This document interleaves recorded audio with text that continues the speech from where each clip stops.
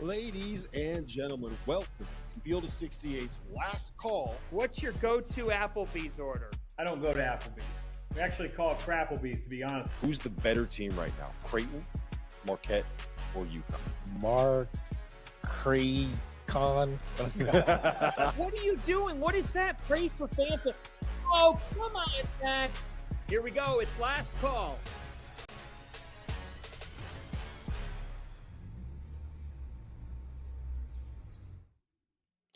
Ladies and gentlemen, welcome to the Monday evening edition of Last Call here on the Stadium app, on the Stadium YouTube channel. We are the Field of 68. My name is Rob Dauster. I got with me Jeff Goodman. I got with me John Henson, and we are here to answer your questions. So make sure if you're watching right now, go jump in the chat. Throw some questions in there. We will answer anything that you put in that chat as long as it's not going to get us canceled. And there's a 50% chance that if it's going to get us canceled, Goodman is still going to answer the question. So fire away. Give us what we need to be able to have this show going on. It's all about a Q&A. So before we get into that,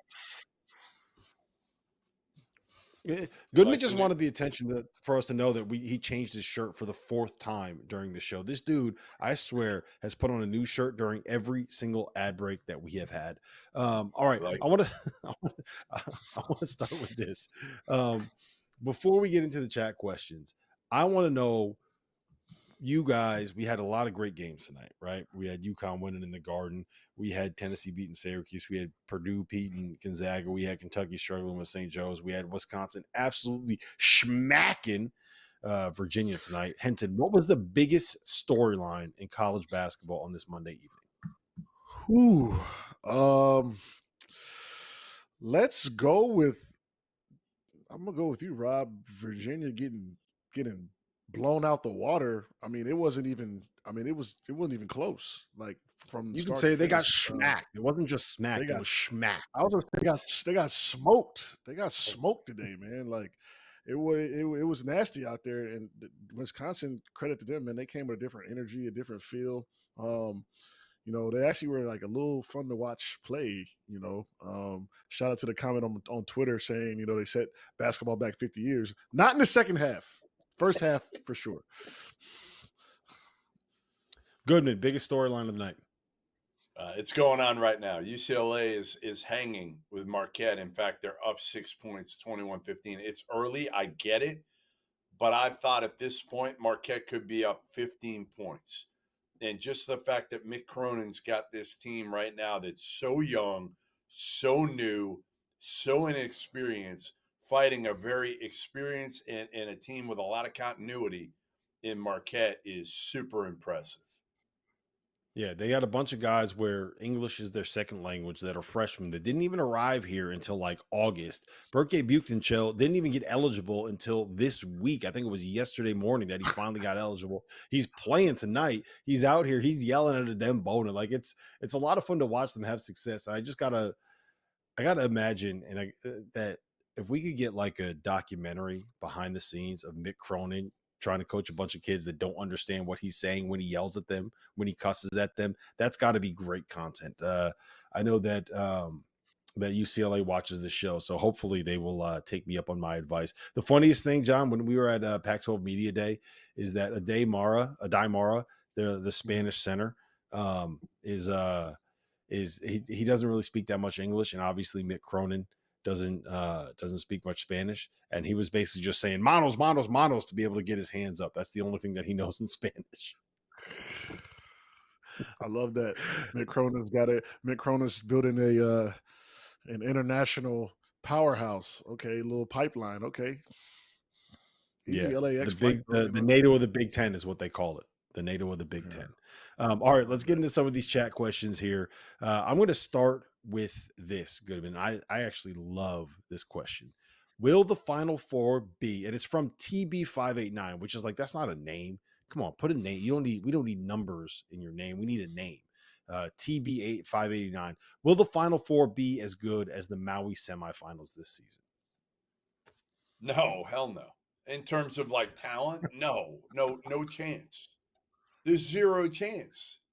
Think about it. Like, you can't go wrong now. Like, again, I mean, Purdue, Tennessee, Purdue's going to be probably a 1 seed. Let's be honest. Purdue's going to be a 1 seed. Tennessee's going to be they could be a 1. They're certainly going to be a top 10, 15 team all year. Kansas, I mean, they're going to be right there. They're going to be a top probably 5 team throughout the year. And whoever wins this out of Marquette or UCLA is going to be pretty damn good. So, no, I don't think there's any chance that the Final Four will be as talented as the Maui semifinals. You agree, Henson? Yeah, you're not going to get, upsets are going to happen, as we know. There are going to be Cinderella stories, teams that come on late, teams that fall late. But at this moment, I mean, if you're at the Maui, if you're at the Maui Invitational, you get to see pretty much the big dogs of college basketball without necessarily having to have play each other and kind of get, Final Four. We don't know. We have San Diego State was in there last year, but you get to see a Purdue Kansas game. You're not going to see that until the national championship potentially. So for you to be able to see it now, maybe it's nothing. There's going to be nothing like it. Final Four, no way. You're right. Jeff is right.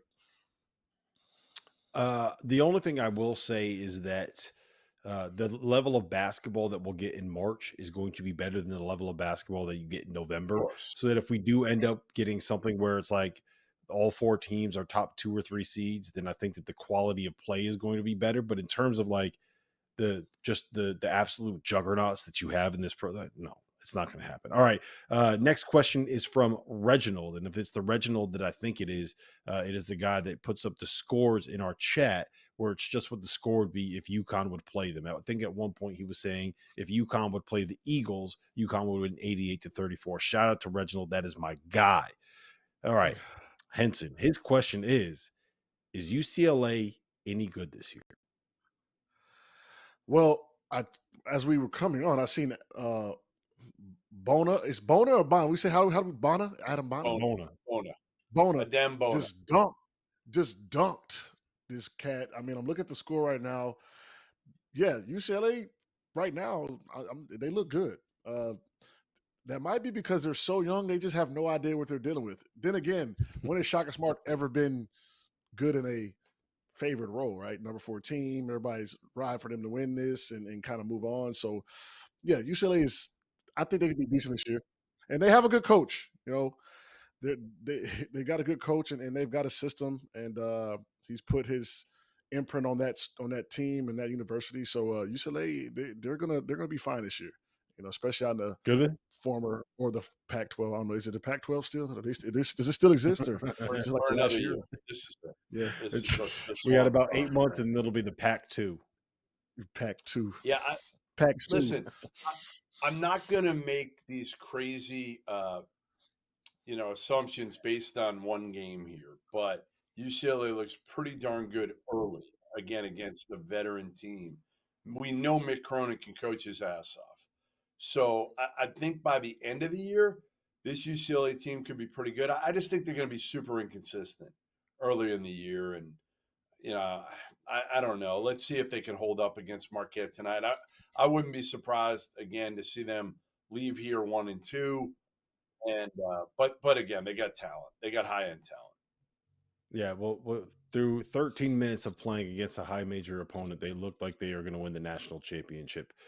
Gonzaga, through 13 minutes, looked like they were going to win the national championship this afternoon as well. All right, the last question we got before we're going to head to a break, and make sure you are jumping in the chat and dropping some questions in there for us.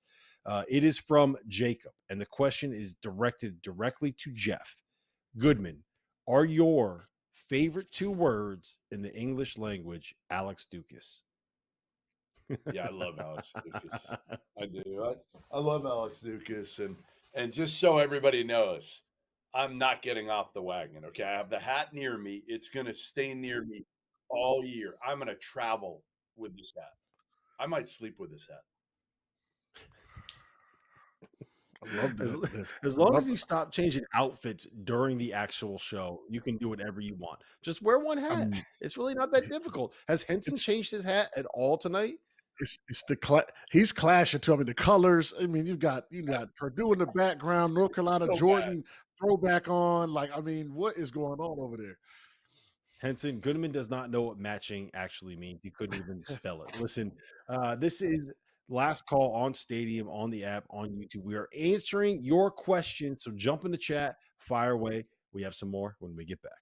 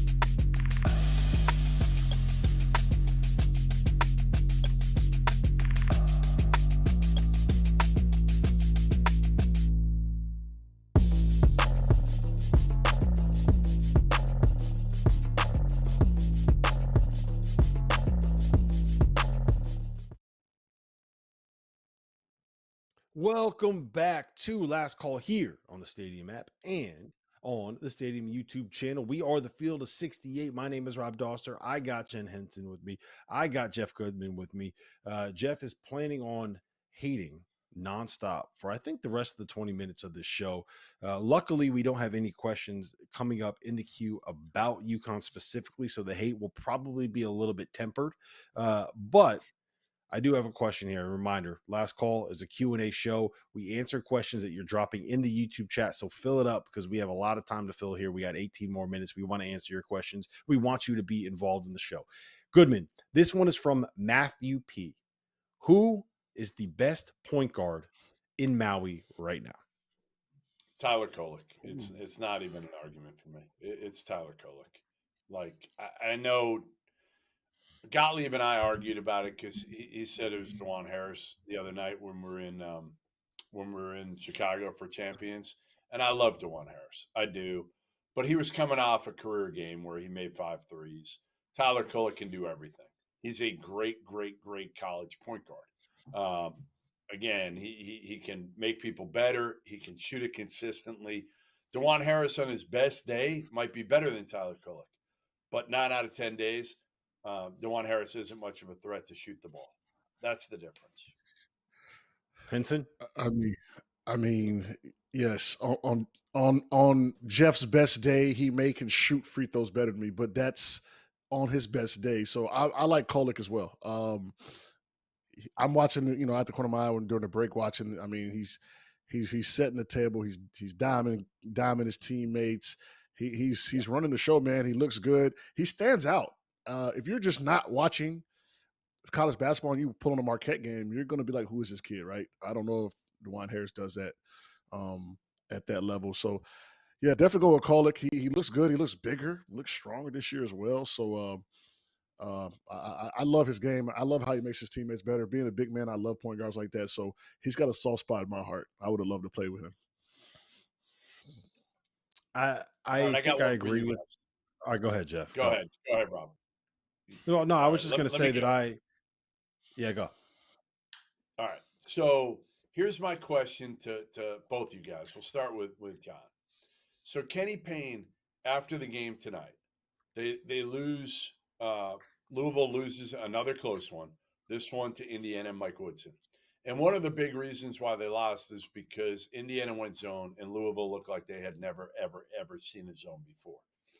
And they had played well up until then. And I give Mike Woodson credit.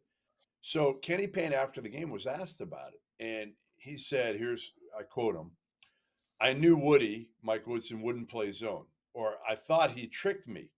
To be honest with you, that would be the last thing I thought we would have a problem with because we have been really, really good against the zone." Then there was something else I read later that said, Kenny Payne admitted he hadn't really practiced against his own a whole lot. Like, all right, I know it's early in the season here, but John, when you were playing, you weren't able to work in the summer. You weren't able to work throughout the whole summer like kids are now. They're able to literally practice for Yeah. 2 hours every week throughout the whole summer. How can you come forward after that game and say, like, we really hadn't practiced, against his own at all, and we weren't really prepared for it, and he tricked me? Like, isn't that, boy, I mean, that's just, and I hate to pile on because I am, you feel bad for Kenny Payne. They fought 2 games, they lost them. They've been an embarrassment all last year, early this season. So I hate to pile on, but I would do this if it was anybody saying, like, they hadn't practiced against his own. Mhm. They look completely befuddled. Yeah. I because I played in the NBA for so long. Kenny Payne was my coach when I was at Knicks for a brief period of time. So um in the NBA, it's so different because you don't have time to prepare as much as you do in college. So but you also have high level guys who have played the game at such a high level over certain coaches or programs that they can figure it out, right? Like that's the difference, I think, between what Kenny Payne's dealing with, right? You don't have Jalen Brunson and Julius Randle and Mitchell Robinson to say, hey, look, they're playing a zone. Run our sets, run this. Like, it's college. You got to practice this. You have to be prepared. You have more time to prepare. I think that even watching the game today, some of the backside rotations were just lack of communication. And now I don't know what his practices are like, but in the NBA, that's kind of just there's no such thing as lack of communication. You won't be out there. So I think there's certain things that he's doing from a perspective of being an NBA coach that you can't do with college kids. You got to sit there and you got to drill that backside. You've got to say, all right, they may play zone. Hey, we're doing 20 minutes on zone right now at the end of practice, just in case. So I think that's maybe what's going on with him. He doesn't have the NBA level talent, the experience, and he's has to take that and push that to the side and say, I'm coaching college kids that may come from a program that they've never even worked on his own, or they may come from somewhere where they never even learned how to break through his own, and you're going to have to break it down step by step. And so until he does that, I think they're going to have problems because you can't expect an 18-year-old kid to come in and say, hey, I know a backside rotation. I know I'm supposed to tag the guy, communicate pick and rolls. It's not going to happen. You got to practice it. So, Jeff, to my point, he's got to drill everything. If practice takes 3 hours, we've all done it. Ask any guy that's played college. We've had those 3-4 hour practices where we could barely walk. But you know what? When the game comes, we win and we're happy. The knees don't hurt anymore. So that's what I think he needs to do, man. Can I also just say, Goodman, I do think that some of that press conference is a little bit out of context. Like, I think Kenny was just sitting there and like doing a Kenny Payne thing where he was kind of laughing a little bit and making a joke a little bit. And the presser for I'm the not sure Empire if you're Classic. making jokes, Rob. Rob, I'm No, not no, sure I if you're no, making. I agree. I don't think that he should have been making the joke, but I also think that like there's literally 3 reporters in that room. Like, I was in that room for the Louisville's loss to Texas. And there were like 3 people in there, and it was Kenny talking to basically if he was sitting here on this panel talking with us. So I think that it was a little bit more laid back where he wasn't aware of how it would sound when it comes across on like just a phone screen and a tweet. So you're 100% right about the lack of a zone offense preparation. Like, that to me is not really acceptable. But in terms of like the way that he phrased it in the presser, like whatever. All right, real quick, we got about 30 seconds here. I'm going to you first on this one, Henson. Thoughts on DJ Wagner tonight? 22 points, 7 assists. Finally had that kind of like breakout big game. Yeah, I'm glad he's kind of we know Kentucky guards can play. It's almost like we don't talk about them a lot, and then all of a sudden they're NBA All Stars, they're all pros. So I think he fits in that mold. He's going to be fine. He's going to figure it out. I love his game. I love how he plays. He's going to be a force. He's only going to get better, right? And so tonight was a step in the right direction. And he's a pro, man. So he won't be there long. Hope the college fans can enjoy it. You'll be seeing him playing again, probably on the Spurs or somebody next year, to be honest. DJ Wagner, Victor Wembanyama, the next dynasty in San Antonio. You Exactly. heard it here first. John Henson. Listen, we have more questions here. Make sure you jump in the chat. We need more questions to answer, but we're going to be doing this here on Last Call on Stadium, Field of 68. Rob Dauster, Jeff Goodman, John Henson. We're going to be here for the next probably 12 minutes. So make sure you jump in the chat, ask us some questions. They will get answered.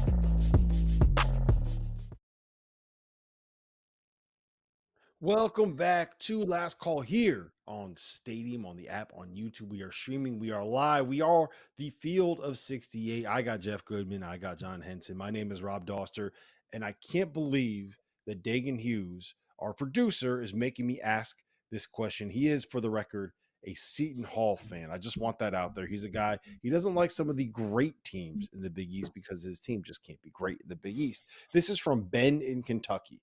Goodman, we got to go to you first on this one. Would Dan Hurley leave UConn for Kentucky or North Carolina? Ooh. Oh boy. Wow. I say no. I say no because he's already won one there. He's a Northeast guy. Uh, I don't think he does it. I don't think he does it. I think UConn would step up and pay whatever those schools would. They'd figure out a way to raise some money to match it or get right there. And I think Andrea Hurley also would say no way. And Dan can't even do his own underwear. Like he can't wash his own underwear. So how the hell is he going to survive without Andrea Hurley? Would you want him at North Carolina, Henson? I mean, he's a championship coach. I'm not going to ever say no to that, right? Like, I mean, he's got them rolling up there, but I think UConn fits his aura, right? Fits his mold, fits his what he does. Northeastern, he's getting the New York kids. North Carolina's a little different. You know, they've got the boosters and they've got the wine and cheese crowd, quote unquote. So I don't know if Dan would do good with those type of fans. I love my Tar Heels, but it's it's definitely a different place. And he's hard nosed type guy, man. So he would definitely spook some people over there. You know what I mean? But I think UConn works though. I UConn works will. for him. Yeah, I will just say for the record, I think that this is the perfect place for him. That doesn't mean that he wouldn't like the allure of potentially going to a place like Kentucky or a place like North Carolina. I don't know. I've never asked him about it. I don't want to put that thought in his head. I hate that Dagan maybe even put this into the universe. But I mean, he's a Northeast guy that gets Northeast players, that coaches a Northeast style of basketball that grew up on the Big East. Never leave, Dan. You never leave. You're at home right now. You don't want to go anywhere. I promise That's you. bias. You got to The take grass that is out. That's never bias. greener. The grass is never greener on the other side. You know The why? grass is never You know greener why in he Lexington. leaves? They don't even have green grass in Lexington. It's blue. I It's know why he bluegrass down there. leaves. You don't want to go. You don't want to mess with it. I got it. I got the reason why he'd leave Henson. is to get away from idiot fans like Rob Dauster. That's All why right, he all did right. it. If you Like, want to like, get away from idiot fans like and you're the going to go to guy, Kentucky, the North guy with the Carolina. UConn shirt says, "Please don't like Dan's not leaving." We can't take that serious. he did. He did. My wife met him on Sunday night, and the first thing he said to my wife was, "Oh, you're Rob's husband. Does he annoy you too?" And I was like, "Oh, you're right." Perfect All fit. right. Perfect We fit. got about we got about 2.5 minutes left here. Henson, I'm going to you first. This is kind of putting you on the spot, so we're going to see how quickly you can think up answers to questions like this. Who is going to be the surprise team in the SEC this season? Surprise team. Woo! All right. Let me go down the list. Not Kentucky, Tennessee. I mean, no one's talking about A&M. I'm not. I wouldn't say they surprise us, but no one's really talking about them, and I think they're on the path of I think they're on a positive trajectory up. They have Wade Taylor, who's my favorite player in the SEC. I love the way he plays. I love the way he scores, and yeah, I'm gonna have to go. I'm gonna have to go A&M. It's gonna be a surprise team to make some noise that nobody's really talking about. Definitely won't be Georgia. I'll tell you that. I'm going Florida. Goodman, I'm going Florida. Florida. Yeah, I love Walter Clayton. I think if Walter Clayton was at St. John's, you'd be looking at a completely different Johnny's team. And Riley Kugel has super high end Mhm. talent and upside. So I think Florida, the big kid from Marshall, the transfer gives him a rim protector, a rebounder. Say his name. Say his name. What's his name? Mike Pronounce it. Logan or something. Oh, damn, you actually got it. Is that I'm right? going to go with Auburn. Yeah, you got it right. I'm going to go with Auburn because it's Bruce Pearl, and his teams are just always good. And Aiden Holloway is the perfect Bruce Pearl player. All right, last question. We got about a minute left here. Should the winner of the Maui Invitational end as the number one team in the country? Goodman, yes or no? Yeah, I would say, yeah, they should jump Arizona. If I have Arizona number one, anybody who wins I just said all yes or those no. games, I'm trying to think. Has anybody It was a lost? yes or no Yeah, question. yeah, yes, Yes. yes, All right. yes. Yeah, Henson, I should mean, the winner of the whoever Maui comes out of Invitational that, be the number one team in the country? whoever comes out of that gauntlet, I mean, I would go as far as, since BetMGM is sponsor, I would fade that team the next game. It's going to be a mental, it's going to be crazy. So, yeah, whoever comes out as number one, man. I mean, this is a serious best tournament, best field ever. Best field ever. Listen, this has been the best show ever. Last call here on Stadium. We are the Field of 68 After Dark. Tomorrow night, we got John Fanta, we got Matt McCall, we got the Legend of